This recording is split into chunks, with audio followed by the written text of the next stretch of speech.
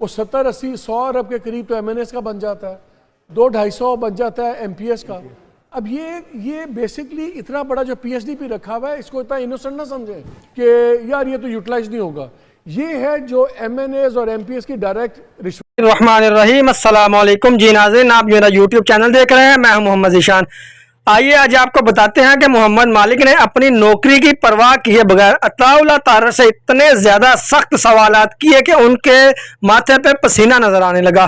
ان کا یہ کہنا تھا کہ یہ 250 ارب جو آپ M Ps M NAs کو رشوت دے رہے ہیں, اس کا کیا تعلق ہے بجٹ کے ساتھ؟ بنا دی ہے غریب عوام کے ٹیکس پہ اب یہ وزیر بیٹھا کریں گے.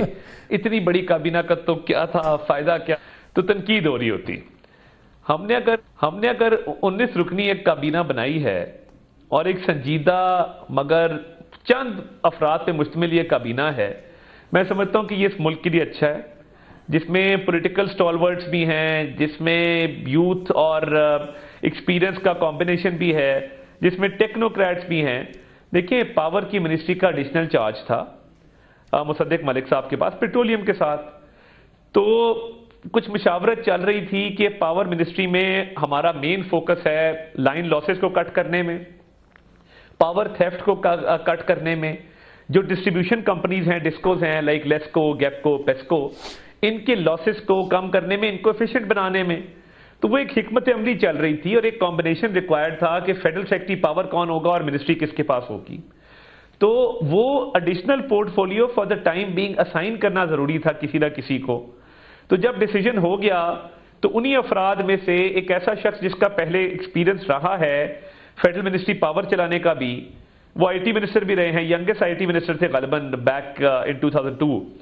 تو یہ بہتر سمجھا گیا کہ راشد لنگڑیال صاحب سیکرٹری آ گئے اور اویس لغاری صاحب کو منسٹر بنا دیا گیا. تو میں نہیں سمجھتا کہ یہ ہیپ ہیزرڈ ہے, lot of thought has gone into it. یعنی جب خبر آتی ہے نا کہ ایڈیشنل پورٹ فولیو انرجی کا فلاں سے لے کے فلاں کو دے دیا گیا, اس کے پیچھے صرف یہ نہیں ہوتا کہ وزیر اعظم بائی اسٹروک آف پین کہتا ہے اس سے لے کے اس کو دے دو. اس کے پیچھے گھنٹوں کی مشاورت ہے کہ لائن لاسز کیسے کم ہوں گے, تو وہ جب آپ نے پہلے مصدق ملک کو دیا تھا اس وقت گھنٹوں کی مشاورت نہیں ہوئی تھی؟ نہیں, تب دیکھیے بالکل ہوئی تھی, مگر مصدق ملک صاحب کے پاس ایڈیشنل پورٹ فولیو تھا ایڈیشنل چارج پہ. مصدق ملک صاحب کی ایکسپرٹیز تھی پیٹرولیم کے اندر. تو لاسٹ ٹائم بھی وہ پی ڈی ایم حکومت میں بھی پیٹرولیم کے منسٹر تھے. ابھی بھی تو ایڈیشنل چارج ہی ہے نا, ابھی بھی تو ایڈیشنل چارج ہی ہے نا. نہیں, اب ایڈیشنل چارج نہیں ہے. اب ان کو فل فلیج انرجی منسٹر بنایا گیا ہے.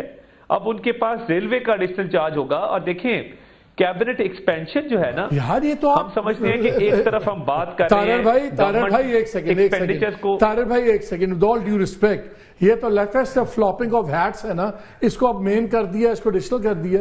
یہ وی فلی اپریشیٹ کہ کیبنٹ چھوٹی ہونی چاہیے اور بڑی لین اور ایفیشنٹ ہونی چاہیے, لیکن کچھ منسٹریز ایسی ہیں جن کو فل ٹائم ایک ماسٹر چاہیے.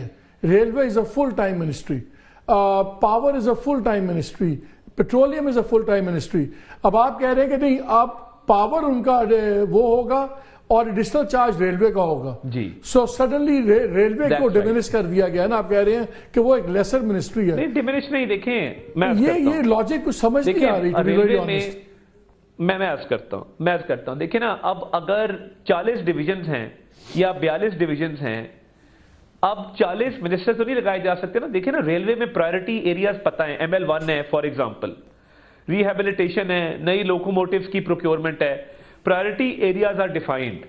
تو میں یہ سمجھتا ہوں کہ یہ کوئی مذائقہ نہیں ہے کہ اگر آپ نے لین اور ایفیشنٹ کیبنٹ رکھنی ہے اور ان معاملات کو آگے چلانا ہے, گورنمنٹ ایکسپینڈیچرز کو کٹ کرتے ہوئے ایفیشنٹلی چلانا ہے, تو میں سمجھتا ہوں کہ یہ کیپیبلٹی لوگوں کے اندر ہے کہ وہ 2 پورٹ فولیوز چلا سکیں گے.